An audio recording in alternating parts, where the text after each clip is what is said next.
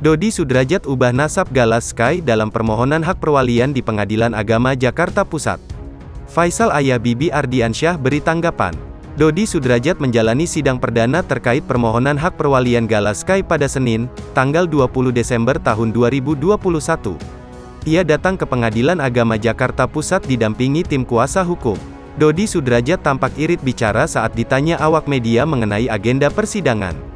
Ia memilih menyerahkan semuanya kepada tim kuasa hukum. Pada momen itu Dodi juga sempat disinggung mengenai alasan ubah nasab Galas Sky di permohonan hak perwalian. Ya, dilansir tribunstyle.com dari laman SIPP, Sistem Informasi Penelusuran Perkara, Jakarta Pusat, Dodi menulis nama sang cucu Galas Sky Andriansyah binti Vaneza Atzania. Padahal lazimnya nasab seorang anak ikut kepada ayah. Selain itu, penyematan bin juga diberikan kepada anak laki-laki sementara binti kepada anak perempuan. Tanya ke kuasa hukum saya, itu, nasab, sebenarnya enggak bisa dijelaskan di sini, itu fakta persidangan, beber Dodi. Itu masalah waktu aja dan ranah privat, enggak bisa kita umbar sembarangan, tambah pengacara Dodi.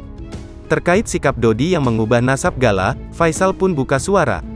Begitu pemahaman dia ya saya enggak bisa berkata apa juga. Kalau bagi saya kan bin Febri Andriansyah, kalau dia binti. Kalau begitu pendapat dia ya saya mau ngomong apa, ungkap Faisal. Faisal tak bisa berkomentar banyak mengenai sikap Dodi.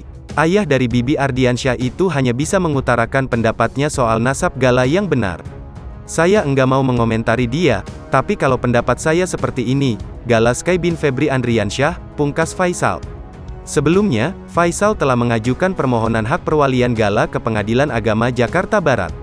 Namun karena tak menemukan kesepakatan dengan Dodi Sudrajat, Faisal pun mencabut permohonan. Mertua Vanessa Angel itu kemudian melayangkan gugatan mengenai hak perwalian Galas Sky ke Pengadilan Agama Jakarta Barat pada tanggal 3 Desember tahun 2021. Pada perkara ini Dodi Sudrajat berstatus sebagai tergugat. Dalam persidangan yang digelar tanggal 15 Desember tahun 2021, Majelis Hakim memberi waktu 2 minggu kepada Faisal dan Dodi untuk mediasi.